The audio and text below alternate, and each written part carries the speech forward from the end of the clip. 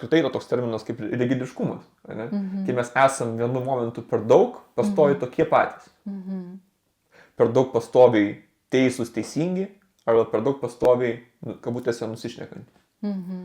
Tai aš šitą vietą labai kažkaip norėčiau pabrėžti tokį balansą buvimą, geštalto, kad mes kviečiam geštalto terapijoje ieškoti kažkokio būti ir taip, kad pas žmogų yra ir taip. Jo, mes turim įvairios asmenybės išsireiškimus, nežinau, dalis kažkokios. Šiandien aš galiu kalbėti nesąmonės, bet galbūt... Už valandos, už 2? Kalbėsiu rimtai. Pavadė. Kur man reikia, pavyzdžiui, kūrybiškai prisitaikyti. Šiandien mes su Vyčiu prieš filmuojant labai daug juokavom, kalbėjom nesąmonių, ir ne su visais žmonėmis aš taip galiu. Taip, sutinku.